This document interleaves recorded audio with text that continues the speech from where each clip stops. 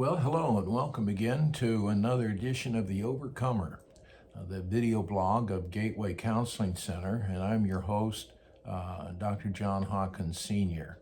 I'm glad you're taking time to tune in with us today. Today I want to talk about the subject of perfectionism and self-criticism. Are you a perfectionist? Well, think about a couple things here. For a perfectionist, doing well is never the problem. It's feeling good about what they've accomplished. That always seems to be just out of reach. The email that you've gone over and polished up and feel like, okay, it's just the way it should be. And then I push send. And then afterwards I wonder, oh, did I say something wrong there?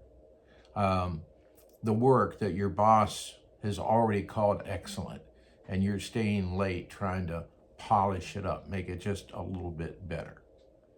Or you had one of those days at work where pretty much everything went right, but when you leave, you focus on the one thing that perhaps didn't go right, and that's what you think about. Those are some signs that maybe you're a perfectionist. And along with perfectionism comes self-criticism. Because of this culture of comparison that we live in and this external pressure that is always applied to us. And especially today in the culture of social media. So I want to take a look today a little bit on what is perfectionism and self-criticism, and a little bit on where it comes from. Now, we sent out to our email list a written blog, a lot more detailed on this whole subject. And if you'd like to read more about it, you just go to gatewaycounseling.com and just go on to our written blogs there. That's where you find our written blogs and our video blogs, and you can get more detail and see if that is a help to you. But let's take a look, first of all, at what perfectionism and self-criticism is. There's a big difference between high standards, or what I call shooting for excellence. Excellence is doing the best you can with your given resources: time, talents, abilities, finances. But perfectionism comes down to really what's driving you. That's one of the big differences. Perfectionism is motivated by fear. That's the big driver. And fear is never a good motivation in our life. What I fear, I try to control. And the perfectionist always has to have control. I mean, how are you going to make something perfect if you don't have the total control, over that? And so what is the fear? Well, it's the fear of failure, the fear of judgment by others. It's the fear of not being good enough. And any of those fears are rooted in shame, just that idea that I'm just not good enough compared to other people. And so the goal can look identical, like, okay, I want to do this really well, versus I want to do it perfectly. But the big difference is in the emotional experience that the perfectionist experiences. And self-criticism, that's the perfectionist enforcement mechanism. That's that inner voice in our head that's always evaluating everything, and it delivers a harsh verdict.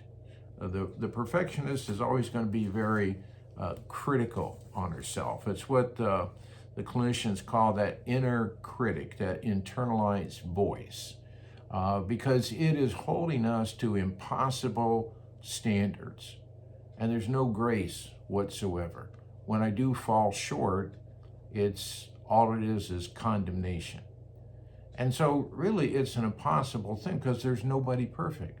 Nobody can be perfect. Nobody can do everything perfect, all the time. That gymnast may score a 10 or whatever they're scoring now I remember the first time in one of the Olympics when a young lady did that, first 10 that was ever, given, which meant perfection. And but nobody can consistently do that. So I want us to take a look at three distinct types of perfectionism. They're self-oriented perfectionism, perfectionism towards myself, socially prescribed perfectionism. That's where I'm feeling the judgment outside of me, and then other-oriented perfectionism. That's where I'm holding others to a standard. So self-oriented perfectionism, that's on the inside of me. That's that inner voice that is setting this impossibly high standard that I have to meet, that I have to shoot for. And the fear about that is I'm driven by this pressure of this deep fear of personal failure, of never being quite good enough. And that's because the bar keeps moving, and nobody can hit a moving standard. Like, okay, it's got to be here. If I get there, no, it's got to be a little bit more, and then it's got to be a little bit more. And so I end up driving myself nuts because I put on me a goal that's impossible to ever reach or attain. And then there's what I call the socially prescribed perfectionism. The first one I mentioned comes from within me. The second one comes more from outside of me. At least that's what I feel. It's the pressure that others are putting on me. Others, I feel, are expecting me to be perfect for them. If I'm not, if I fall short, that means judgment. That means rejection. And research shows that this is psychologically the most damaging of the three types. It has higher links to anxiety and to depression. It's the type that is fueled by social media and the competitive environments. People love to go on that social media and put the pictures of the highlights of their life and this perfect vacation and this perfect family and all the perfect things that are going on. But that's not reality. That's a little snapshot in time, but nobody has the perfect family. Nobody has the perfect vacation. And sometimes you think, I guess some people like to go on there and put that on just to kind of keep up with friends and things, but a lot about is that old, competing with the Joneses, with the neighbor next door. I want to show everybody that I'm as good as they are. If they took this trip or did this thing or bought this thing, I've got to equal that or surpass that. And so that kind of flows out of this lack of a conditional love in my life. I'm only going to be loved and accepted as if I'm perfect. The consequences of that is that I never feel really loved and accepted because I can never be perfect. And the third type there is what I call other-oriented perfectionism. And that's where I transfer that standard to other people. I place on others this impossible standard that I'm placing on myself. I put it on other people. So now I'm expecting other people to be perfect in everything they do, to meet these high expectations that constantly change. And nobody's going to be able to meet that. If I think I can do things perfect, or I like to think that, and I'm trying to do that, well, then I'm expecting the same from other people, so they're never going to measure up. If I can't even measure up myself, how are others going to measure up to what I'm expecting? So you can create a work environment where it's not okay to make a mistake. And so everybody lives in fear of making a mistake. Therefore, nobody will do anything. They won't take any ownership, because they're afraid, okay, I'm going to get in trouble. Now, I always say you want to have an environment where, people feel the freedom to make a mistake. You just don't want them to keep making the same mistake over and over. But if we're going to be creative and come up with new ideas, then we've got to have a freedom to make some mistakes every once in a while. And the problem then comes into our relationships, because if I'm always expecting everybody around me, close to me, my family, friends, co-workers, to be perfect. That puts a real strain on trying to have a genuine and relaxed connection with somebody in relationship. So it's hard to sustain relationships then. People get tired of that because they just feel like they can never measure up. It's what will create a lot of resentment or bitterness in the life of a child towards the parents, because they feel like no matter what I do, it's never, good enough. It can cause people to end or sever their relationships because they get tired of hearing how they never measure up. Well, what causes perfectionism? It just doesn't come out of everywhere or nowhere. Everyone's not a perfectionist. Everyone doesn't deal, with this. So why do some people have it and some people don't have it? There's always a reason for things. Well, it tends to come out of a few places. One, my environment that I've grown up in. Another is my experiences of life, because my experiences are always going to affect me. And the third one is my temperament, my personality.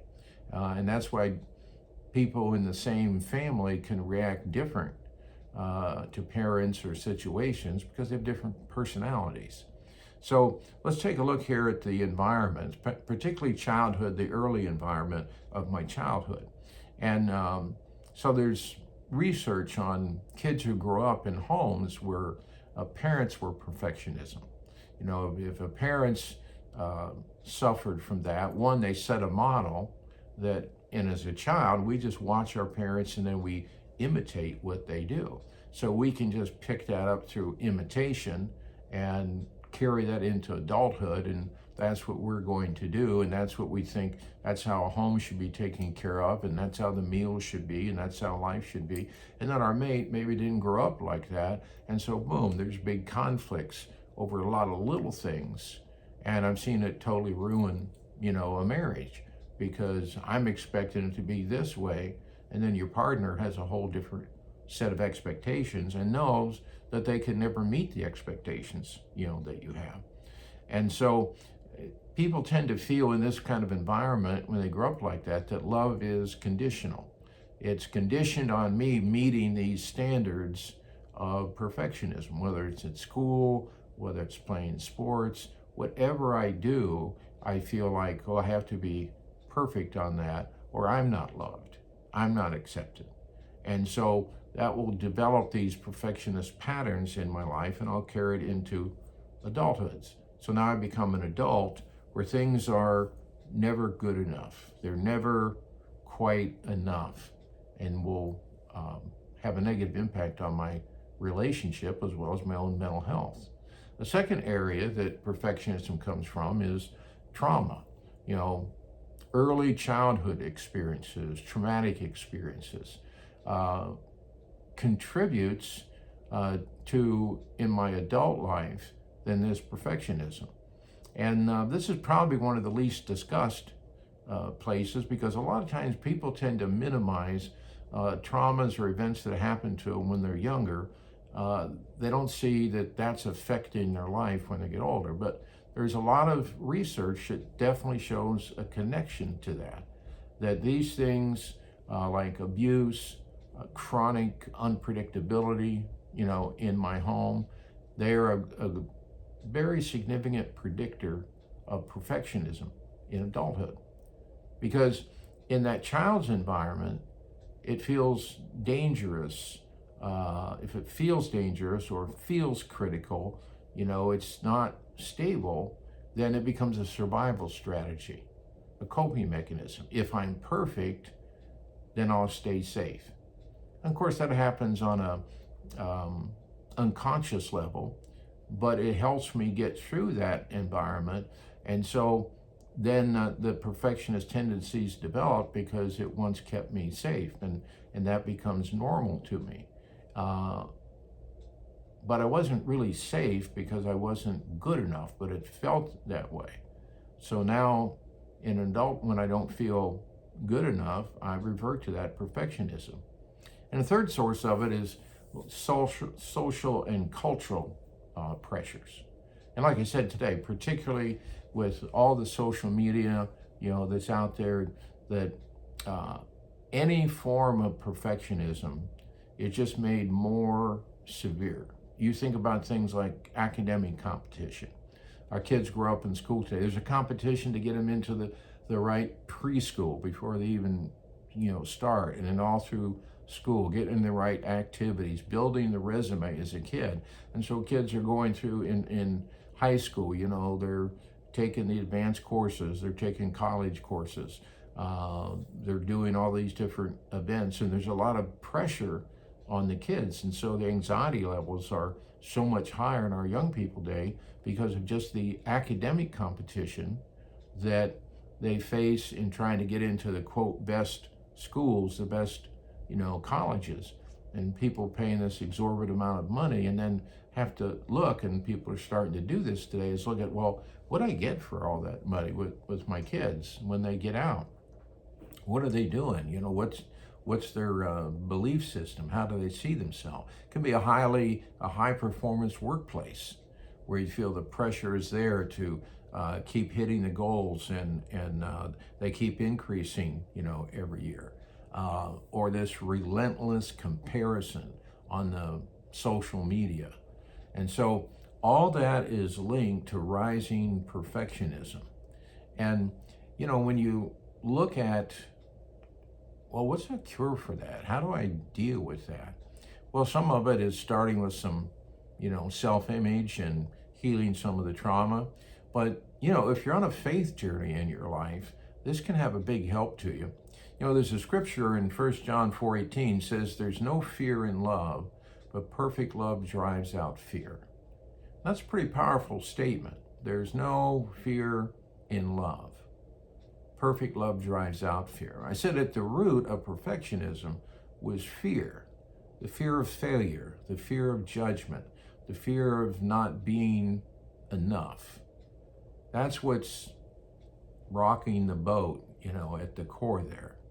And perfect love is designed to displace that. Now, ideally, this love would start, in my family of origin with mom and dad, making me feel loved unconditionally. We love you because you're our child, no matter what you do. Of course, nobody has perfect parents, so it's hard to show that perfect love. The only one who's perfect, of course, is God. And so this understanding, having a proper understanding of God, that he loves me unconditionally. And that can be the ultimate healing source to eliminate that perfectionism, that I don't have to do anything. I don't have to perform for God to love me. He's not going to love me anymore. He just loves me because I'm created in his image. He loved me so much that he came up with this redemptive plan to wipe out my imperfection and see me as he sees his son, see me through the eyes of perfection. And that can begin to help and heal people. So let me encourage you to go online, check out the written blog. And if we could be a help, if you find yourself suffering from this self-criticism constantly, this perfectionism, which just keeps you up at night, it's an absence of peace and creates conflict in other relationships. Why don't you just go on gatewaycounseling.com and just send us an email on there, and we'll be glad to help you. We can talk to you in person. We can talk to you through technology today, and we'll be glad to try to help you overcome this. Until then, just remember, this is just one more thing that you can overcome. So you have a great day today, and we'll talk to you soon. Bye now.